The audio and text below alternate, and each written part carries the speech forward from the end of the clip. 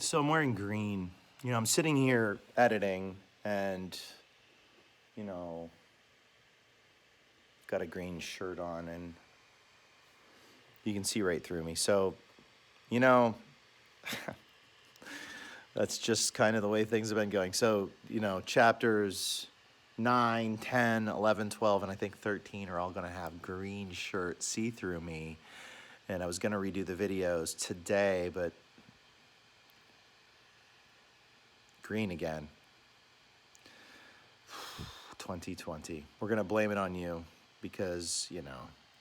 So the long and the short of it is I am not going to fix it, and I'm not going to try to figure out. I probably could figure out how to fix it in Final Cut Pro, but I just don't feel like it. To be perfectly honest, so I'm going to grant myself some grace and some time, and there will come a time when I redo these videos, but for now they're just going up the way they are. So enjoy seeing through me.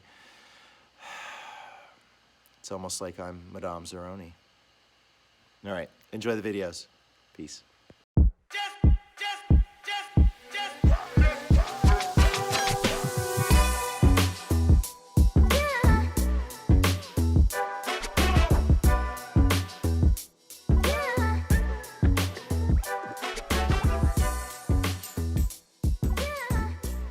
Hi there, my name is Mr. Pete, and I am currently reading Louis Sachar's Holes, and we are just about to start chapter 9. We're just about to get into the thick of it. So as we jump in, Stanley has, begun this process of digging holes. We've learned about the no good, dirty, rotten, pig-stealing great-great-grandfather. We've talked about curses, and now we kind of move past that. As we head into chapter 9, we are going to learn more about the boys and start pointing forward to figuring out where this story is going. All right, so if you're in my class, please write setting, and here we go, chapter 9. Stanley stood in the shower and let the cold water pour over his hot and sore body. It was 4 minutes of heaven. Hyperbole. For the second day in a row, he didn't use soap. He was too tired. There was no roof over the shower building, and the walls were raised up 6 inches off the ground, except in the corners. There was no drain in the floor. The water ran out under the walls and evaporated quickly in the sun. Vocabulary word, evaporated. We're going to learn about the water cycle this year. And evaporated means it's when the water turns into vapor and rises up. Okay. He put on his clean set of orange clothes. He returned to his tent, put his dirty clothes in his crate, got out his pen and box of stationery, and headed to the rec room. A sign on the door said, Rec Room, W-R-E-C-K, room. Rec room should be spelled R-E-C and is short for recreation, but someone wrote rec as in car wreck. Let's find out why. Nearly everything in the room was broken. The TV, the pinball machine, the furniture, even the people looked broken, with their worn-out bodies sprawled over the various chairs and sofas. X-Ray and Armpit were playing pool. The surface of the table reminded Stanley of the surface of the lake. It was full of bumps and holes because so many people had carved their initials into the felt. Metaphor. There was a hole in the far wall, and an electric fan had been placed in front of it. Cheap air conditioning. At least the fan worked. As Stanley made his way across the room, he tripped over an outstretched leg. "Hey, watch it," said an orange lump on the chair. "You watch it," muttered Stanley, too tired to care. "What did you say?" the lump demanded. "Nothing," said Stanley. The lump rose.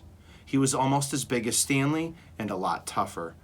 "You said something." He poked his fat finger in Stanley's neck. "What did you say?" A crowd quickly formed around them. "Be cool," said X-Ray. He put a hand on Stanley's shoulder. "You don't want to mess with the caveman," he warned. "The caveman's cool," said Armpit. "I'm not looking for trouble," Stanley said. "I'm just tired, that's all." The lump grunted. X-Ray and Armpit led Stanley over to a couch. Squid slid over to make room as Stanley sat down. "Did you see the caveman back there?" X-Ray asked. The caveman's one tough dude, said Squid, and he lightly punched Stanley's arm. So they're saying, thank goodness Stanley didn't mess with Caveman? Is that what they're saying? Stanley leaned back against the torn vinyl upholstery. Despite his shower, his body still radiated heat. I wasn't trying to start anything, he said. The last thing he wanted to do after killing himself all day on the lake was to get in a fight with a boy called the Caveman.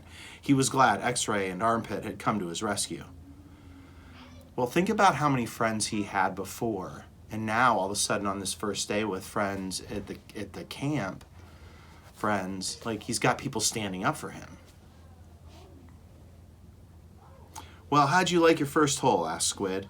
Stanley groaned, and the other boys laughed. Well, the first hole's the hardest, said Stanley. No way, said X-Ray. The second hole's a lot harder. You're hurting before you even get started. If you think you're sore now, just wait and see how you feel tomorrow morning, right? That's right, said Squid. Plus, the fun's gone, said X-Ray. The fun? Asked Stanley. Don't lie to me, said X-Ray. I bet you always wanted to dig a big hole, right? Am I right? Stanley had never really thought about it before, but he knew better than to tell X-Ray he wasn't right. Every kid in the world wants to dig a big hole, said X-Ray. To China, right? Right, said Stanley. See what I mean, said X-Ray. That's what I'm saying. But now the fun's gone, and you still got to do it again. And again, and again. Camp Fun and Games, said Stanley. What's in the box? Asked Squid. Stanley had forgotten he brought it. Paper. I was going to write a letter to my mother. Your mother? Laughed Squid. She'll worry if I don't. Squid scowled. Stanley looked around the room. This was the one place in camp where the boys could enjoy themselves, and what did they do? They wrecked it. The glass on the TV was smashed as if someone had put his foot through it. Every table and chair seemed to be missing at least one leg. Everything leaned. Then we get a gap. So this may be a time jump, or maybe we're moving to a different part in the rec room. He waited to write the letter until after Squid had gotten up and joined the game of pool. Dear Mom, today was my first day at camp, and I've already made some friends. We've been out on the lake all day, so I'm pretty tired. Once I pass the swimming test, I'll get to learn how to water ski. He stopped writing as he became aware that somebody was reading over his shoulder. He turned to see Zero standing behind the couch. I don't want her to worry about me, he explained. Zero said nothing. He just stared at the letter with a serious, almost angry look on his face. Stanley slipped it back into the stationery box. Did the shoes have red X's on the back? Zero asked him. It took Stanley a moment, but then he realized Zero was asking about Clyde Livingston's shoes. Yes, they did, he said. He wondered how Zero knew that. Brand X was a popular brand of sneakers. Maybe Clyde Livingston made a commercial for them. Zero stared at him for a moment with the same intensity, vocabulary word, with which he had been staring at the letter. Stanley poked his finger through a hole in the vinyl couch and pulled out some of the stuffing. He wasn't aware of what he was doing. Come on, Caveman, dinner, said Armpit. You coming, Caveman, said Squid. Are they calling that other kid? Stanley looked around to see that Armpit and Squid were talking to him. Sure, he said. He put the piece of stationery back in the box, then got up and followed the boys out to the tables.